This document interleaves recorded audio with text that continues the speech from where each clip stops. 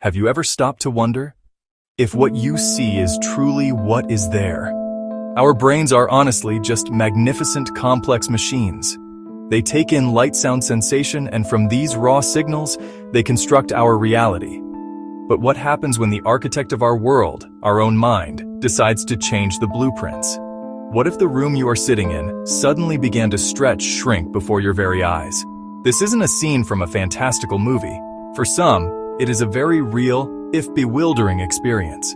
It is a journey into the very nature of perception, a place where familiar rules of size and space no longer seem to apply. This fascinating neurological puzzle invites us to question the very foundation of our experience. We trust our senses implicitly, every single day. We trust that the floor will remain solid beneath our feet, that a doorway will stay the same size as we approach it. It is called Alice in Wonderland Syndrome, AIWS for short. The name itself is wonderfully descriptive. It was coined in 1955 by British psychiatrist Todd. He noticed symptoms his patients described were strikingly similar to the bizarre experiences in Lewis Carroll's Alice's Adventures in Wonderland. Just like Alice, who drank potions that made her shrink and ate cakes that made her grow, people with AIWS experience distortions in size and space. Alice in Wonderland Syndrome is a perceptual disorder. It's not a problem with your eyes. It's not a hallucination. It's not a mental illness. Your eyes see the world fine, but the brain area that processes those visuals gets temporarily confused. Imagine looking at your own hand and watching it seem to swell up to the size of a dinner plate, or shrink until it looks like it belongs to a doll. This is the hallmark of Alice in Wonderland Syndrome.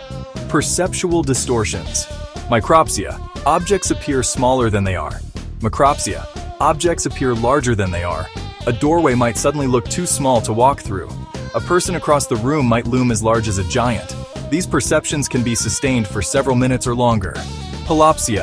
Objects seem closer than they are. Teleopsia. Objects seem much farther away. The most common trigger, particularly in adults, is migraines. The same abnormal electrical activity in the brain that causes the intense pain and visual auras of a migraine can also trigger these bizarre perceptual distortions. In children, Alice in Wonderland Syndrome is most frequently associated with the Epstein-Barr virus. Epstein-Barr is the virus that causes infectious mononucleosis, or mono. Hearing that your brain is distorting reality can sound terrifying. The good news is that Alice in Wonderland Syndrome itself is not dangerous. The perceptual distortions, while disorienting and often frightening, are not harmful. There is no cure for Alice in Wonderland Syndrome because it is not a disease. Instead, treatment focuses on identifying and managing the underlying cause.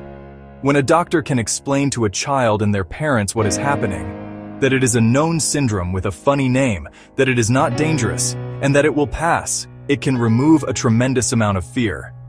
Knowing that you are not going crazy, and that others have experienced the same thing, is incredibly reassuring. Living with Alice in Wonderland Syndrome often means becoming a keen observer of your own mind and body.